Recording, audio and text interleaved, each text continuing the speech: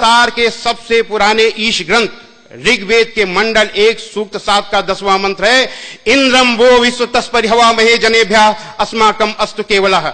ऐ मनुष्यों, तुमको अत्यंत उचित है कि मुझ एक परमेश्वर को छोड़कर किसी दूसरे देव को कभी मत मानो, क्योंकि पूजा करने योग्य एक मुझ परमेश्वर को छोड़कर कोई दूसरा देव नहीं है। श्रीमद् भगवद गीता में है, मत्तः परतरम नान्यत किंचिदस्ति धनंजय। पूजा करने योग्य मुझ परमेश्वर से के अलावा कोई परमेश्वर नहीं है। ये है इस्लाम की में अल्लाह की हिकमत। और इस प्लेटफॉर्म को अगर पकड़ा गया होता तो आज मामला दूसरा होता। हमारे आरएसएस के भाई कहते हैं,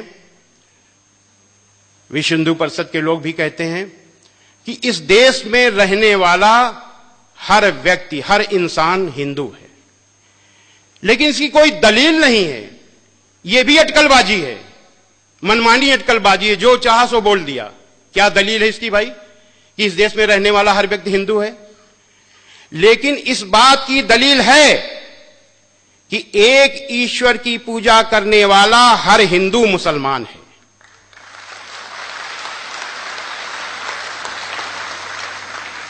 हम आप लोग नौजवान हो, हम आप लोगों से अपील करना चाहते हैं कि मुसलमान दूसरों को सबसे अधिक प्रभावित कर सकते हैं।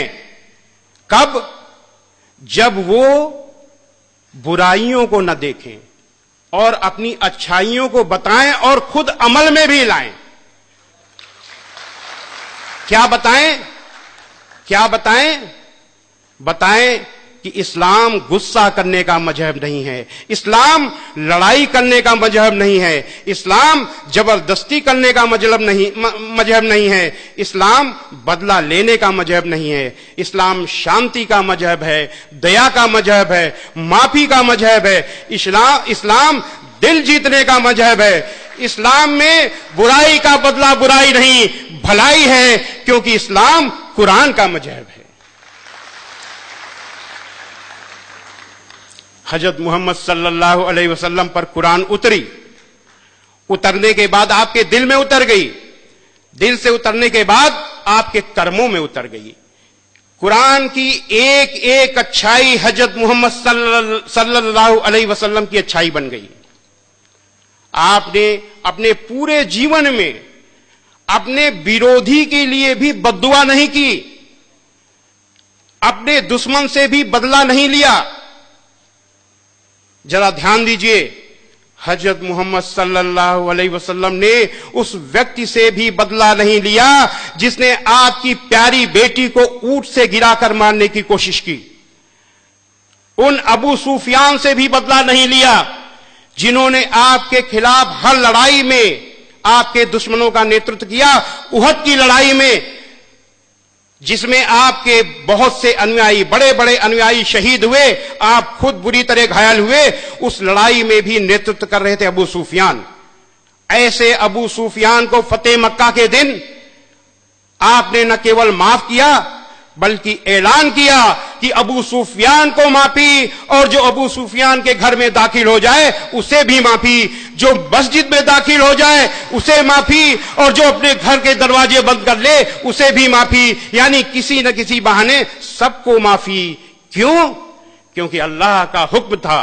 क्या हुक्म था? कुरान मजीद के सूरा नंबर 7 आयत नंबर 199 में अल्लाह का हुक्म है, ऐ मोहम्मद माफी का तरीका अपनाओ और भलाई का हुक्म देते रहो और अज्ञानियों से किनारा कर लो। हजरत मोहम्मद सल्लल्लाहु अलैहि वसल्लम ने तो माफी का तरीका अपना लिया, लेकिन आपके अनुयायियों ने उस तरीके को नहीं अपनाया। मुसलमानों ने किसको अपनाया? गुस्सा, गुस्सा और गुस्सा, बदला, बदला और बदला। कितने बड़े दुख की बात है, जिन हजरत मोहम्मद सल्लल्लाहु अलैहि वसल्लम के लिए लाखों लाखों करोड़ों लोग अपनी जान न्यौछावर करने के लिए तैयार हैं, अपनी जान देने के लिए तैयार है, खुशी खुशी उन्हीं हजरत मोहम्मद सल्लल्लाहु अलैहि वसल्लम के तरीके को अपनाने के लिए तैयार नहीं है। यह बहुत बड़े दुख की बात है। आज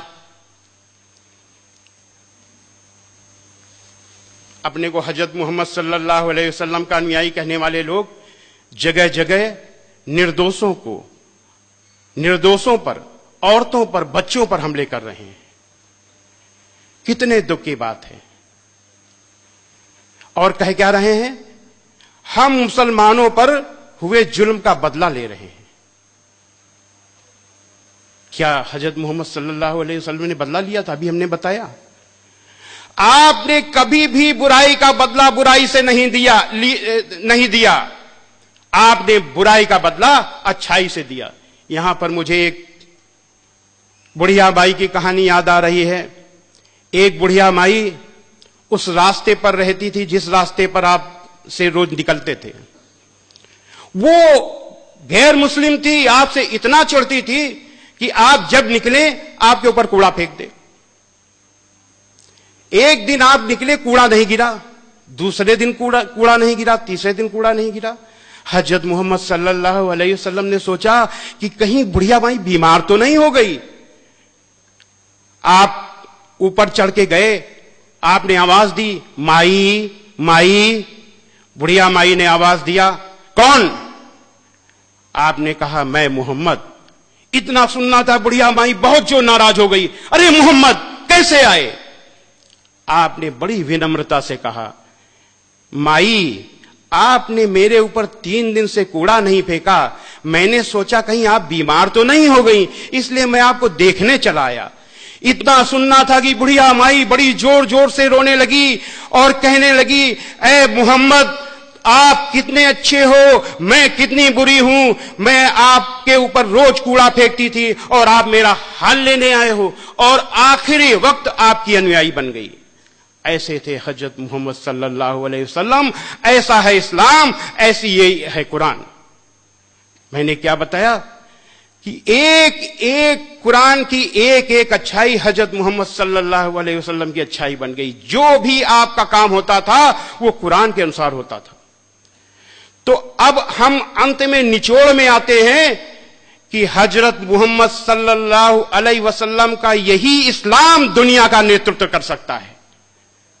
लेकिन तब जब ये इस्लाम सबके अमल में आए, तब तो चुनना अब तय आपको करना है, दुनिया के मुसलमानों को तय करना है कि वो हजरत मोहम्मद सल्लल्लाहु अलैहि वसल्लम का इस्लाम अमल में लाना चाहते हैं कि अपना इस्लाम अमल में लाना चाहते हैं।